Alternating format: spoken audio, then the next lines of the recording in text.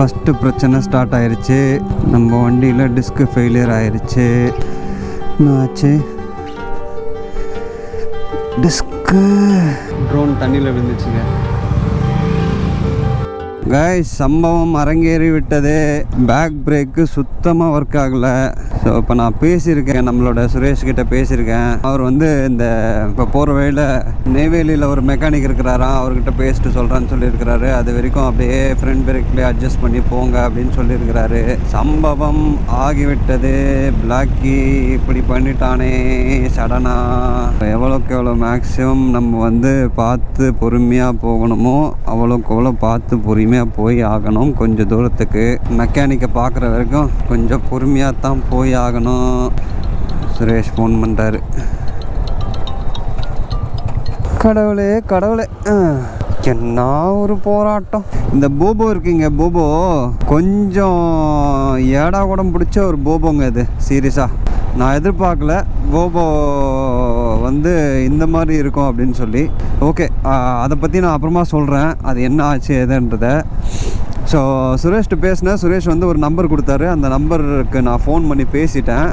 Phone பண்ணி பேசுனதுக்கு அவர் என்ன சொன்னார்னா, வாங்க நெய்வேலி கேட்டுக்கிட்ட வந்துட்டு எனக்கு ஃபோன் பண்ணுங்கள், வடலூருக்கு நான் வந்துடுவேன், ரெடி பண்ணி கொடுத்துடலாம் அப்படின்னு சொல்லிட்டாரு. ஸோ சுத்தமாக வந்து பேக் பிரேக் வந்து என்னடா இது, இன்னும் ஆச்சரியமாக இருக்குது. ஒர்க் ஆகுது இப்போது. என்னடா நடக்குது?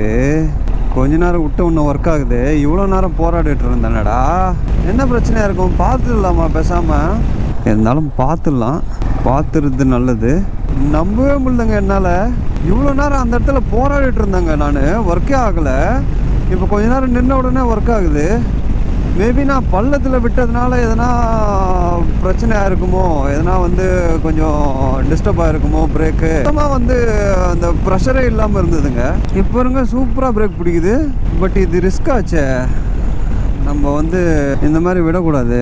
இது மாதிரி நம்ம வேறு இடத்துல எங்கேயாவது போகும்போது ஆச்சுன்னா என்ன பண்ணுறது? சடனாக பிரேக் பிடிக்கணுன்ற ஒரு நேரத்தில் பிடிக்க முடியாமல் போச்சுன்னா செக் பண்ணிக்கலாமா அவங்கக்கிட்ட? சரி, ஓகே, நம்ம என்ன பண்ணுவோம், எப்பயும் அவங்க சொன்ன மாதிரி நெய்வேலி கேட்டுக்கிட்ட வந்துட்டு ஃபோன் பண்ண சொன்னாங்க. வடலூரில் வந்து நம்ம அவங்கள மீட் பண்ணலாம் அப்படின்னு சொன்னார். நீங்கள் வரத்துக்கும் நான் வரத்துக்கும் கரெக்டாக இருக்கும் அப்படின்னு சொன்னார். ஸோ நெய்வேலி கேட்டுக்கிட்ட வந்துட்டு நம்ம ஒரு ஃபோன் பண்ணுவோம். ஃபோன் பண்ணிவிட்டு அதுக்கப்புறம் அவர்கிட்ட பேசிவிட்டு அவர் என்ன சொல்கிறாருன்றதை பார்த்துட்டு இது அப்படியே போகலாமா இல்லை என்ன ரெடி பண்ணுற மாதிரி இருக்குமா அப்படின்றத நான் செக் பண்ணிவிட்டு அதுக்கப்புறம் கிளம்பலாம். பிகாஸ் இப்போ சரியாயிருச்சு. இவ்வளோ நாள் அந்த மாதிரி பிரச்சனை வந்ததே கிடையாதுங்க.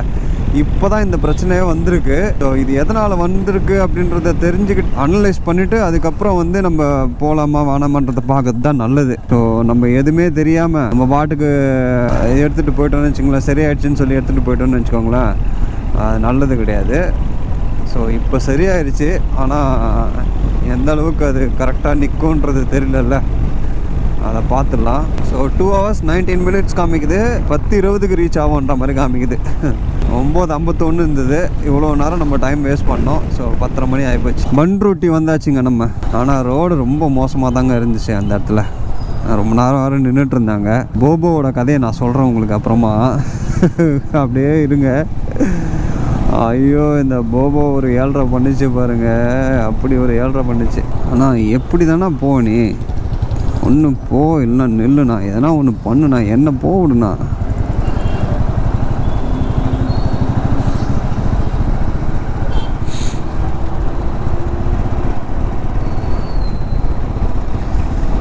ஓகே, விட்டுட்டாரு.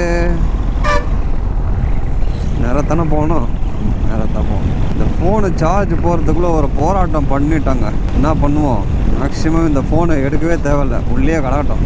அருமையாக இருக்குது. இந்த பக்கம் அப்படியே மண்ணாக இருக்குது, இந்த பக்கம் ஃபுல்லாக செடிங்களாக இருக்குது. இந்த ஃப்ரிட்ஜிலேயே பாதி எப்படி இருக்குது பாருங்கள், டிஃப்ரெண்ட்டாக. நல்ல ஒரு பயத்தை காமிச்சு விட்டான் பிளாக்கி. ஏன்டா பிளாக்கி டே, என்னடா இப்படி ஒரு பயத்தை காமிச்சு விட்ட? சூப்பராக இருக்குது. அழகான ஒரு சன்ரைஸு, அதுக்கப்புறம் சூப்பரான ஒரு மரங்களுக்கு நடுவில் ஒரு ரோடு. அந்த ரோட்டில் வந்து அழகாக நானும் பிளாக்கியும் போயிட்டுருக்கோம். அருமையான ஒரு சோலோ ரோடே நம்ம பண்ணிகிட்ருக்கோம். இந்த மொத்த பயண நாட்களும் நல்லபடியாக முடிய எல்லாம் உள்ள இறைவனை வேண்டிக் கொள்கிறோம். ஸோ இந்த மாதிரி இப்போ நடுவில் இந்த சில போராட்டங்கள்லாம் நடக்கும். அந்த போராட்டத்தெல்லாம் மீறி உங்களுக்கு நல்ல ஒரு வீடியோ கொடுப்பேன் அப்படின்னு நான் நினைக்கிறேன். அதுக்கு நீங்கள் எதுவும் பண்ண தேவையில்ல.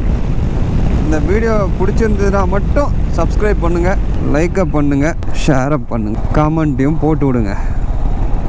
ஒரு அருமையான ரோடு அமைஞ்சதுப்பா. இவ்வளோ தூரம் சூப்பராக இருக்குது பாருங்கள். இதோ அங்கே முடிஞ்சுது அந்த ரோடு. இது வரைக்கும் நல்லா இருக்குது ரோடு. இதுக்கு மேலே நல்லா இருக்குன்ற ஒரு நம்பிக்கை எனக்கு சுத்தமாக இல்லை. பாருங்கள், முடிஞ்சிருச்சு. அந்த ஒரு சந்தோஷம் வந்து கொஞ்ச நேரம் தான் கிடைக்கும், அவ்வளோதான், இதோட கிடையாது. அப்படி தான் பாருங்க, ரோடு எந்த நிலமையில் இருக்குது பாருங்கள். இப்போ ஸ்டார்ட் ஆகிடுச்சு பைபாஸு. சூப்பராக இருக்குது பாருங்கள் இந்த ரோடு. ஸோ இப்போ வந்து நான் சொன்னேன் இல்லைங்களா, கோடியக்கரை நம்ம போக போகிறோம் அப்படின்னு சொன்னோம் இல்லைங்களா. கோடியக்கரை போயிட்டு அதுக்கப்புறம் நம்ம எங்கே போக போகிறோம் அப்படின்னு பார்த்தீங்கன்னா ராமேஸ்வரம். ஸோ இன்னியோட எண்டு டெஸ்டினேஷன் பார்த்தீங்கன்னா ராமேஸ்வரம் தான் நம்மளோட எண்டு டெஸ்டினேஷன். ஸோ கோடியக்கரை ஒரு point and Rameswaram. So 2 point நம்ம பண்ணுற மாதிரி தான் பிளான் பண்ணி வச்சுருக்கேன் நான். ஸோ அந்த 2 பாயிண்டில் வந்து ஃபஸ்ட்டு கோடியக்கரை ரீச் ஆக போகிறோம். அதுக்கு முன்னாடியே வந்து பார்த்திங்கன்னா இந்த அளவுக்கு சோதனைகள்லாம் வருது. பரவாயில்ல, நம்ம வந்து இந்த மாதிரி ரைடு பண்ணுறோம் அப்படின்னா இந்த மாதிரி சோதனைகள்லாம் எதிர்பார்த்து தான் நம்ம ரைடு பண்ணணும். So full and full coastal ride தான் நம்ம பண்ண போகிறோம், south coastal ride. So coastal ride பண்ணுறதுக்கு வந்து வேதாரண்யம்லேருந்து நம்ம ஸ்டார்ட் பண்ண போகிறோம். அந்த கோஸ்டல் ரைடு பண்ணுறதுக்கு அந்த சைடு வந்து ரொம்ப டேமேஜாக இருக்கும் அப்படின்னு நினச்சி தான் இந்த ரோட்டில் வந்துட்டு நம்ம இப்படி ஜாயின் பண்ணிக்கலாம் அப்படின்னு சொல்லி யோசித்தேன். இந்த ரோடே வந்து இப்படி தான் டேமேஜாக இருக்குது. நெய்வேலி கேட்டுக்கிட்ட வந்தாச்சு. ஸோ இங்கே வந்துட்டு தான் அவர் கால் பண்ணுங்க அப்படின்னு சொன்னார். இப்போ வந்து அவருக்கு கால் பண்ணி பேசிடலாம். வடலூரில் எங்கே வரணும் அப்படின்றத சொல்லிடலாம். ஒரு ஃபோன் அவருக்கு போட்டுடலாமா? நிறுத்துவோமா? இங்கே இந்த இடத்துல நிறுத்துவோம். நேரா இவர்கிட்ட பேசுனதுக்கு என்ன சொன்னார்னா, வடலூர் அந்த 4 ரோட் ஜங்ஷனில் வந்து லெஃப்ட் கடலூர் போகிற ரோட்டில் வந்து கார்பரேஷன் ஆஃபீஸ் இருக்குமா, அந்த இடத்துல நிற்க சொன்னார். அங்கேருந்து பக்கம் தானா இது அவரோட சர்வீஸ் சென்டர். வடலூர் எவ்வளோ தூரம் இருக்குது அப்படின்றது தெரியல. ரோடு இதே மாதிரி இருந்ததுன்னா கூட போதுங்க, அப்படியே போயிடலாம். ஆனால் இவரை மட்டும் கிராஸ் பண்ணிடணும். ஏன்னா இவர் என்ன பண்ணுவார் தெரியும்ல, பள்ளத்தை நடுவில் விட்டு போயிடுவார், நம்மளுக்கு ஆபத்து உண்டு பண்ணி. குளிர் இருக்குது, ஆனால் நம்ம வந்து சூரிய பகவான் வந்து நம்மளை காப்பாற்றி விடுறாரு. இப்போ தான் வந்து கதகதப்பாக இருக்குது. இவ்வளோ நேரம் வந்து காலையிலேருந்து இந்த குளிரில் பட்டு அவஸ்தைப்பட்டோம் பாருங்கள். எப்போ என்ன ஒரு குளிர். ஸோ கைஸ், வடலூர் வந்தாச்சு. இப்போ வந்து அந்த 4-வே ஜங்ஷனில் லெஃப்ட் திரும்பணும்னு சொன்னார். கடலூர் போகிற ரோடுன்னு சொன்னார். அந்த 4-வே ஜங்ஷனும் வந்தாச்சு. ஸோ இதில் நம்ம லெஃப்ட்டு திரும்பணும். கடலூர் போகிற ரோடு யா, அந்த லெஃப்ட்டு. இந்த லெஃப்டில்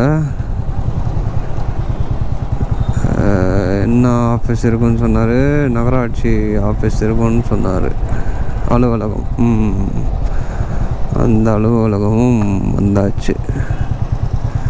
வடலூர் நகராட்சி அலுவலகமும் வந்தாச்சு. ஸோ இங்கேருந்து ஃபோன் பண்ண சொன்னார். ஃபோன் பண்ணிவிடுவோமா? ஸோ இந்த ரோட்லேயே அப்படியே வர சொல்லியிருக்கிறாரு. மெயின் ரோட்லேயே வந்து ஒரு 2 பிரிட்ஜு மாதிரி சின்னதாக ஏறுமா. தேவ் கிருஷ்ணா அப்படின்னு சொல்லி ஒரு பேக்கரி ஒன்று இருக்குமா, அந்த பேக்கரிக்கிட்ட நிற்க சொல்கிறாரு. ஸோ அந்த பைக்கில் போகிறாரு பார்த்தீங்களா, அவர் தான் வந்து நம்ம ஃபோனில் பேசினவர், பைக் ஓட்டுறவர். அவர் தான் இப்போது நம்மளை கூப்பிட்டு போகிறாரு, மெக்கானிக் ஷாப்புக்கு கூப்பிட்டு போகிறாரு. இங்கே தான் இருக்குதுன்னு நினைக்கிறேன் மெக்கானிக் ஷாப்பு. ரைட்டில் போகணும். போயிட்டு அப்படியே கண்டினியூ பண்ணுறேன் உங்களுக்கு.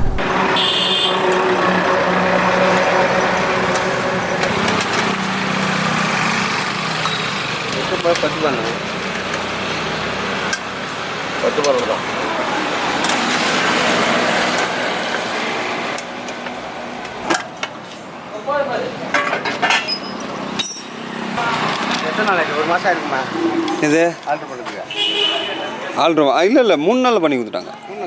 ஆமாம். இல்லை, நான் இந்த லடாக் போய்ட்டு வந்தேன், அப்போ போகிறதுக்காக பண்ணி கொடுத்தாங்க எனக்கு முன்னாடி சீக்கிரமாக. இதாகிடுச்சு, நான் பண்ணி 2 வருஷம் ஆயிடுச்சு.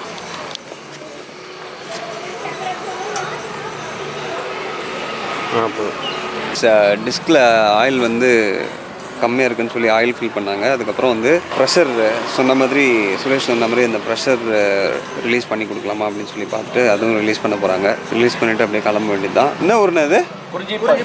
குறிஞ்சிப்பாடி. குறிஞ்சிப்பாடி அப்படின்ற ஊரில் தான் நம்ம நின்றுட்டுருக்கோம். இது வந்து பார்த்திங்கன்னா நம்ம வடலூர் ஜங்ஷன்லேருந்து டுவர்ட்ஸ் கடலூர் போகிற வழி. அந்த இடத்துல வந்து மெக்கானிக் ஷாப்பு. ஸோ இதுதான் இந்த மெக்கானிக் ஷாப்பு. அண்ணன் தான் வந்து சுரேஷ்கிட்ட பேசினது. ஸோ இவரும் வந்து ஒரு புல்லட் மெக்கானிக்கு. இவர் வந்து இங்கே வந்து புல்லட் மெக்கானிக்கு. இப்போ அங்கே சுரேஷ்கிட்ட தான் வந்து இன்ஜின்லாம் ரெடி பண்ணி கொடுப்பாராம். அண்ட் அண்ணன் வந்து இவர்கிட்ட கூப்பிட்டு வந்தாங்க. இவர் தான் வந்து நம்ம வண்டி இப்போ பார்த்துட்ருக்காரு. ஸோ 2 பேரும் தான் வந்து உங்களுக்கு வண்டி ரெடி பண்ணி கொடுக்க போகிறாங்க. இதில் பக்கமாக ஒரு ஃபிட்டிங் கொடுத்துட்டாரு. இப்போ கிளாஸில் வர்றது இதுலேருந்து இப்படி வந்து இந்த சாகோசர் போல்டு கீழே வந்து இப்படி வரும். ஓகே. இந்த அவங்க வீலை கட்டும் போது இந்த ஓஸ் மேலே வந்துடும். இந்த போல்டு கீழே விட மாட்டாங்க. ஓகே. அது என்ன ஆகுனா லைட்டாக ஒராஞ்சி ஹோல்ஸ் ஆகிடும். ஹோல்ஸ் ஆனவுடனே பிரேக் சுத்தம் கூட பிடிக்காது. அப்போ ஓஸ்லாம் மாற்றி ஆகணும்.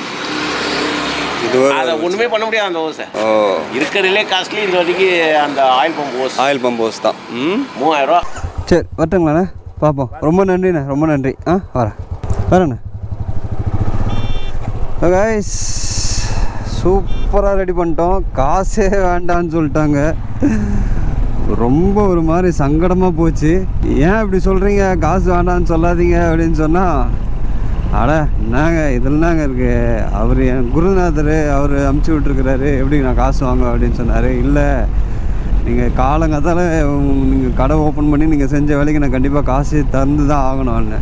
சரி ஓகே, உங்கள் கையால் 10 ரூபா கொடுங்க அப்படின்னாரு. நம்மக்கிட்ட சில்லறையே இல்லை. ஜிபே நம்பி வாங்குற நம்ம சில்லறை இல்லாமல் இருந்துச்சு. ஸோ அதுக்கப்புறம் அந்த மெக்கானிக்கு நமக்கு ஃபோன் பண்ணார் இல்லையா, சுரேஷ் நம்மளை கால் பண்ண சொன்னார் இல்லையா, அவர் எனக்கு ஒரு 20 ரூபா கொடுத்தாரு. அந்த 20 ரூபாவை நீங்கள் அவர்கிட்ட கொடுங்க அப்படின்னு சொல்லி அதை கொடுத்தேன்.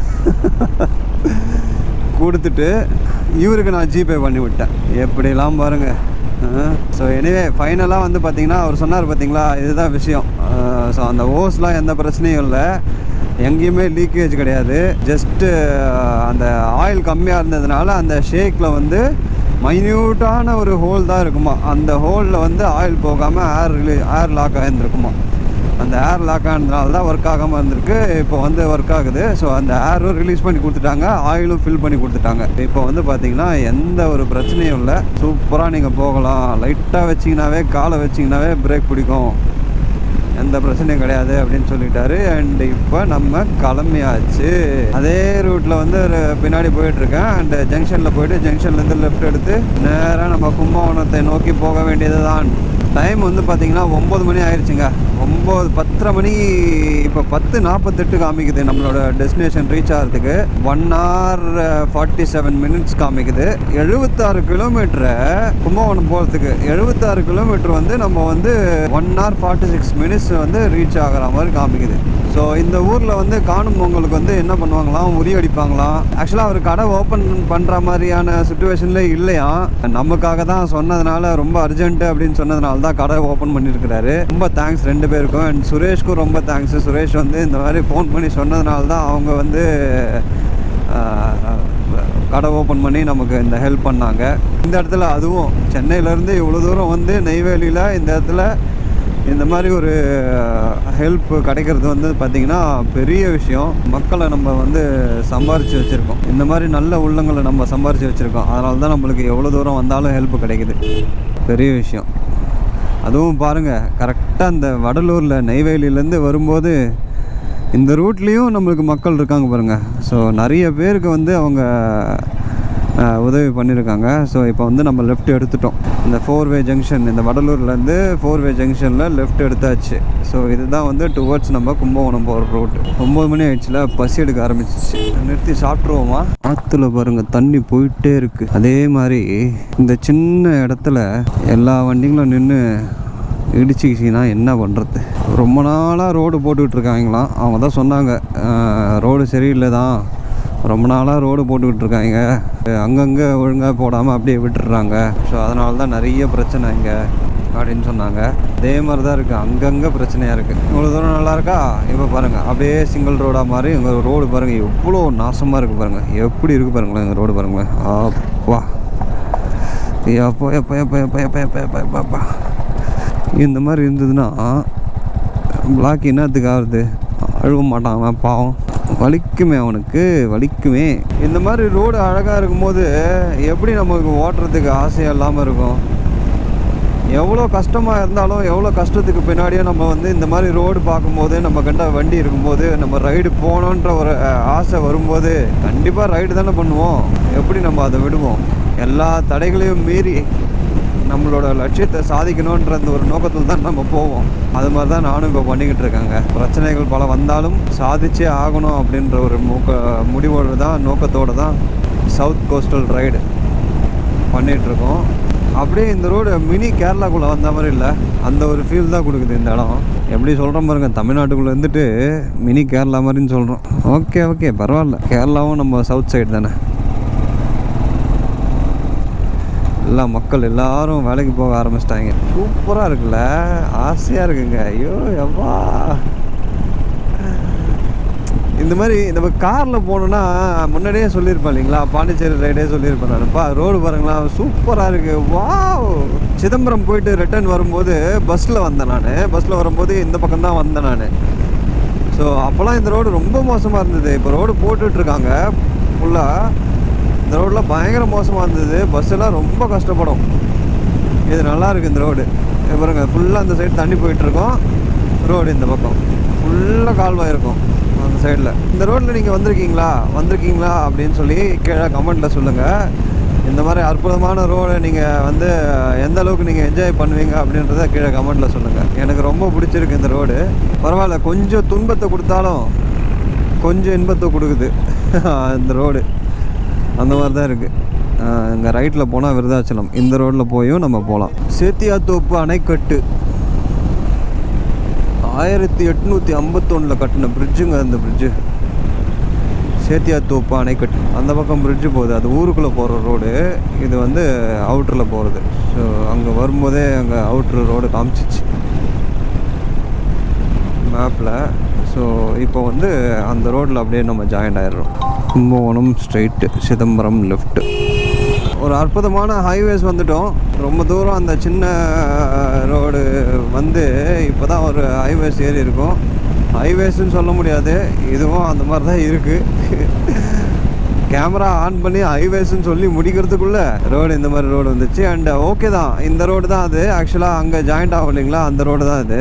இந்த வழி தான் அந்த கங்கை கொண்ட சோழபுரம் போகிற ரோடு தான் இது. விருதாச்சலம் போயிட்டு கங்கை கொண்ட சோழபுரம் வர்றதுக்கு பதில் இது இந்த பக்கம் நம்ம வடலூர் வழியாக குறுக்கோயிலில் பூந்து வர மாதிரியான ஒரு இது. நம்ம விழுப்புரம் தாண்டி விருதாச்சலத்தில் லெஃப்ட் எடுத்து வரா மாதிரி இருக்கும். இது விக்கிரவாண்டியிலே லெஃப்ட் எடுத்து நம்ம வடலூர் வழியாக நம்ம இந்த பக்கம் வந்திருக்கோம். ஸோ அவ்வளோதான் டிஃப்ரென்ஸ், பெருசாக ஒன்றும் இல்லை. அண்ட் ஆல்மோஸ்ட் சேம் தான். ஹைவேஸ் தான் இனிமேல். கும்பகோணம் வரைக்கும் ஹைவேஸ் தான். எனக்கு தெரியும், இந்த ரோடு ஆல்ரெடி தெரியும் எனக்கு. கும்பகோணம் நான் வந்திருக்கேன், அஃபிஷியலாக நான் வந்திருக்கேன். அதனால் இந்த ரோடு தெரியும். இது இப்படி தான் இருக்கும். இங்கே நல்லா இப்படி போயிட்டுருக்கோம். கொஞ்சம் தூரத்தில் பிரிட்ஜு கட்டிகிட்ருக்காங்க. அந்த பிரிட்ஜு ஒர்க் போகிறதுனால அப்படியே டைவர்ஷன் ஆகும், ரோடு டைவர்ட் ஆகும். ஸோ இப்படி தான் போயிட்டுருக்கும் இந்த ரோடு. அண்ட் கும்பகோணம் வரைக்கும் இப்படி தான் இருக்கும். ஏன்னா கும்பகோணம் வரைக்கும் தான் நானும் போயிருக்கேன், அதுக்கு மேலே போனதில்லை. இவ்வளோ தண்ணி பாருங்கள். போகலாமா நிற்கலாமா? கீழணை பிரிட்ஜு. ஸோ இந்த பிரிட்ஜில் பார்த்திங்கன்னா சிங்கிள் வே மட்டும்தான் அலவுடு. இங்கே இந்த அணையில் பார்த்திங்கன்னா முதலைங்க இருக்குங்க. முதல்ல பார்க்கலாம், ஆனால் இப்போ இருக்குமான்றது எனக்கு தெரியல. பரவாயில்ல, தண்ணி நிறைய இருக்குது. ஆனால் இந்த அணையில் முதல்ல கண்டிப்பாக இருக்குது. வந்தாச்சு, அணையை கிராஸ் பண்ணி வந்தாச்சு. இந்த இடத்துல கண்டிப்பாக நம்ம சாப்பிட்டே ஆகணும். பசி எடுக்குது. கீழணை அது இருக்குது பாருங்கள். முதல்ல 2 முதல்ல இருக்குது பாருங்கள். தெரியுதா உங்களுக்கு? 2 முதல்ல இருக்குது பார்த்தீங்களா? ஏதோ போலீஸ் வண்டி வருது. மாவட்ட வருவாய்த்துறை ஆட்சியர் வரார். முதலையை காமிச்சிட்டேன். 2 முதலையை தான் காமிக்க முடிஞ்சது என்னால். அப்புறம் வண்டி வந்துகிட்டே இருக்கிறதுனால அந்த பக்கம் திரும்பி பார்க்க முடியல. பெரிய தலைங்களாம் வந்துருக்குறாங்களே, என்ன மேட்ரு?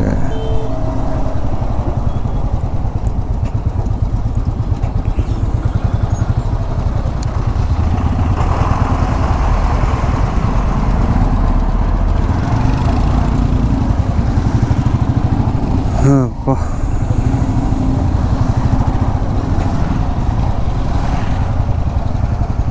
ரெண்டு அணையும் தாண்டியாச்சு. ஒரு அணையில் முதலையை பார்த்தாச்சு. ஸோ இந்த அணையில் எப்போவுமே முதல்ல இருக்குங்க. இந்த வண்டியில் டோர் சாத்தாமல் போகிறாங்க. அந்த பக்கம் டோர் சாத்தல பாருங்க. அந்த பக்கம் டோர் சாத்தல.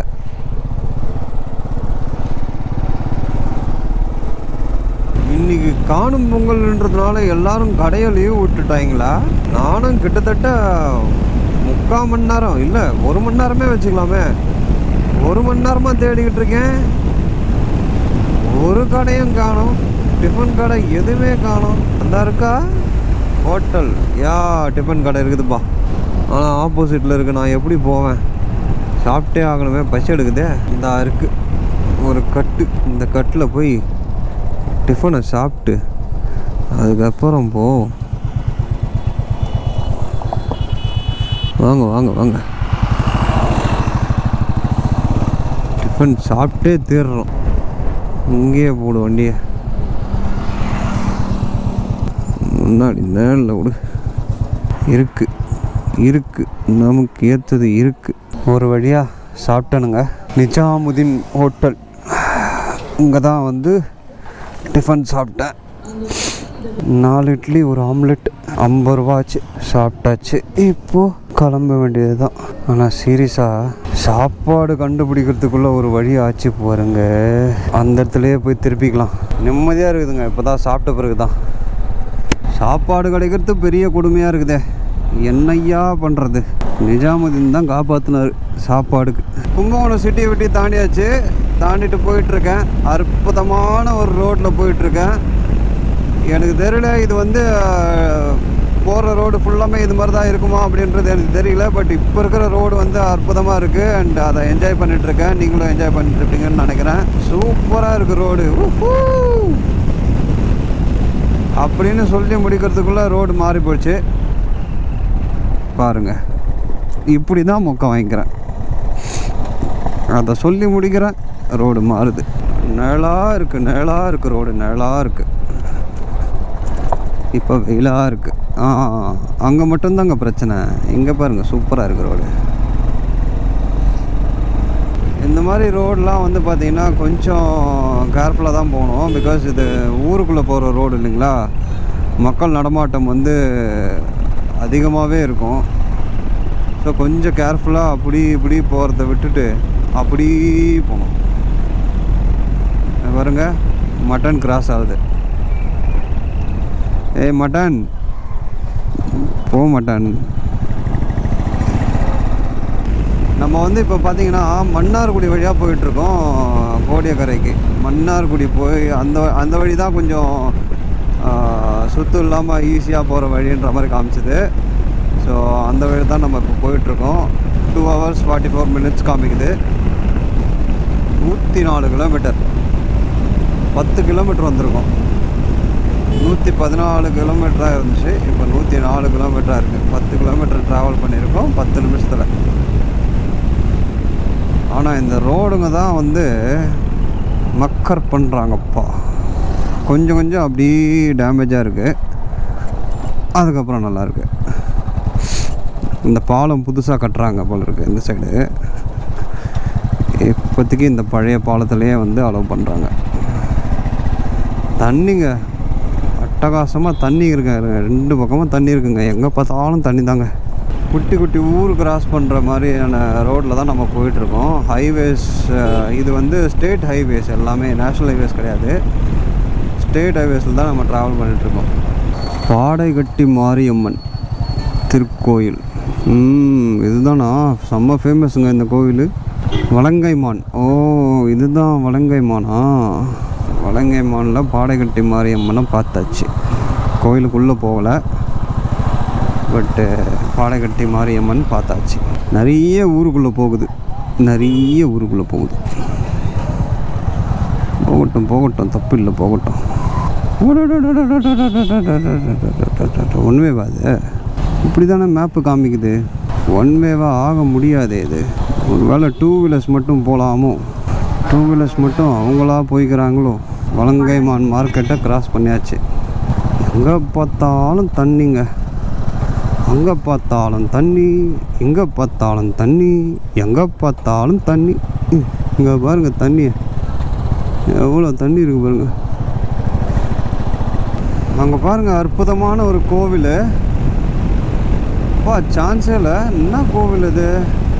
சங்கடஹர மகாமங்கள மாருதி தேவஸ்தானம்.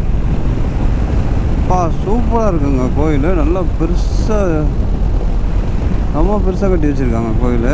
இந்த கோயிலை புதுசாக கட்டியிருக்காங்கன்னு நினைக்கிறேன். புதுசாக தான் இருக்குது. நல்ல ஒரு வெயில் இருக்குது, பட் பனிக்காற்று இருக்கிறதுனால அது வந்து ரொம்ப நம்மளை வந்து தாக்கலை. ஓகேவாக இருக்குது. இந்த மாதிரி நடுவில் விழுந்துருக்கிறார் தம்பி. அப்பா ஊரே ஜெகஜோதியாக இருக்குதுப்பா. எப்பா இப்போ ஆக்சுவலாக பார்த்தீங்கன்னா இந்த ரோடு எங்கே போகுதுன்னா டுவர்ட்ஸ் நம்ம சவுத் கோஸ்டல் நோக்கி தான் போயிட்டுருக்கு. ஓகே தான், அங்கங்கே தான் பள்ளம் வருது, எல்லா இடத்துலையுமே பள்ளம் இல்லை. அங்கங்கே கொஞ்சம் கொஞ்சம் அப்படி இப்படி விட்டு விட்டால் பள்ளம் இருக்குது. ஃபுல்லாக பள்ளம் இருந்தால் தான் பிரச்சனை, விட்டு விட்டால் தான் பள்ளம் இருக்குது. ஒன்றும் ப்ராப்ளம் இல்லை. சீரியஸாங்க இந்த ரோடு வந்து ஆரம்பத்தில் அந்த வடலூர் பண்ருட்டி சைடில் வந்து ரொம்ப ஃபீல் பண்ணேன், ஏன் அந்த ரோடு வந்தேன் அப்படின்னு சொல்லி. அண்ட் ஆஃப்டர் கும்பகோணம் சீரியஸாக வந்து பார்த்திங்கன்னா வந்து அது பெஸ்ட்டு ரோடாக இருக்குது. மன்னார்குடி 11 கிலோமீட்டர் இருக்குங்க. இந்த சைடு நிறைய ரயில்வே ட்ராக்ஸ் இருக்குது. ஏற்கனவே ஒரு ட்ராக் பார்த்தேன், க்ராஸ் பண்ணேன் அந்த ஊருக்குள்ளே. இப்போ ஒரு ட்ராக் க்ராஸ் பண்ணுறேன். சுற்றி சுற்றி ட்ராக் வழியாக தான் போயிட்டுருக்கேன். அப்படியே பாட்டு பாடிக்கிட்டே போகலாம் போல். அஜித்தோட பாட்டு என்ன பாட்டுன்னு நீங்களே தெரிஞ்சுக்கோங்க. ஏன்னா நான் பாட மாட்டேன். பாடினா தான் ஸ்ட்ரைக்கு கொடுத்துட்றாங்களே. இவ்வளோ பெரிய குளம் பாருங்க. இது வந்து ஐ திங்க் ராஜகோபால சுவாமி திருக்கோவிலோட குளம்னு நினைக்கிறேன். குளத்துக்கு நடுவில் ஒரு கோவில், ரொம்ப அட்டகாசமான ஒரு கோவில், பெரிய குளம். அந்த குளத்துக்கு நடுவில் ஒரு கோவில். மன்னார்குடியில் ராஜகோபால சுவாமின்னு ஒரு கோவில். அந்த கோவில்கிட்ட நின்றுட்டுருக்கேன். ஒரு கோவில் குளம், பெரிய குளம். அந்த குளத்துக்கிட்ட நின்றுட்டுருக்கேன். ஸோ சின்ன ஒரு பிரேக் எடுத்தேன். இன்னும் 2 hours காமிக்குது. 74 கிலோமீட்டர்ஸ் இருக்குது. 155 ரீச் ஆகும்னு சொல்கிற மாதிரி காமிக்குது. இந்த குளம் ரொம்ப சூப்பராக இருக்குங்க. அவ்வளோ பெரிய குளம், பார்க்குறதுக்கே அற்புதமாக இருக்குது. ஒரு ட்ரோன் ஷாட் எடுக்கலாமான்ற ஒரு ஃபீலிங்கில் இருக்கேன். பார்ப்போம் ட்ரோன் ஷாட் எடுக்க முடியுதான்னு பார்ப்போம். எடுத்தேன்னா அந்த ட்ரோன் ஷாட்டு இப்போ உங்களுக்கு வரும். ட்ரோன் தண்ணியில் விழுந்துச்சுங்க. இந்த குளத்தில்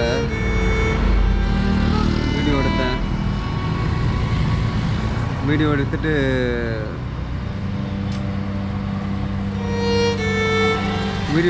ஃபுல்லாக வீடியோலாம் எடுத்துட்டேன். ரிட்டன் கொண்டு வரும்போது ஆர்சி டிஸ்கனெக்ட் ஆகிடுச்சு.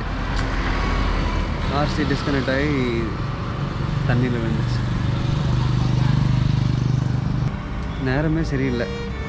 எனக்கு மட்டும் ஏன் இப்படி நடக்குதுன்னே தெரியலங்க. ரைடு கிளம்புனேன்.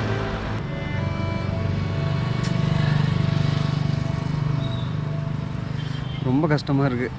ஆக்சுவலாக காலையிலே வந்து வண்டி பிரேக் ஒர்க் ஆகலை. சரி, அப்போவே வந்து ஒரு மாதிரி இருந்தது. ஓகே, அதையும் தாண்டி நம்ம கிளம்புவோம் அப்படின்னு சொல்லி கிளம்புனேன். காலையிலேயே 2 விஷயம் விட்டுட்டு வந்துட்டேன். அதுவே ஒரு மாதிரி இருந்தது. அதுக்கப்புறம் பிரேக் ஒர்க் ஆகாமல் போச்சு. இப்போது ட்ரோன் வந்துச்சு. ஃபுல்லாக எடுத்து முடிச்சுட்டு ட்ரோனை ரிட்டன் எடுக்கும்போது ஆர்சி டிஸ்கனெக்ட் ஆகி கீழே வந்துச்சு. இந்த குழந்தை என்ன பண்ணுறதுன்னே தெரியல. எதிர்பார்க்கவே இல்லை இது மாதிரி நடக்கும்னு சொல்லி. சரி, ஓகே, எல்லாம் நல்லதுக்கு தான். கொஞ்ச நேரம் ரிலாக்ஸ் பண்ணிவிட்டு தண்ணி குடிச்சிட்டு ஸ்டார்ட் பண்ணேன்.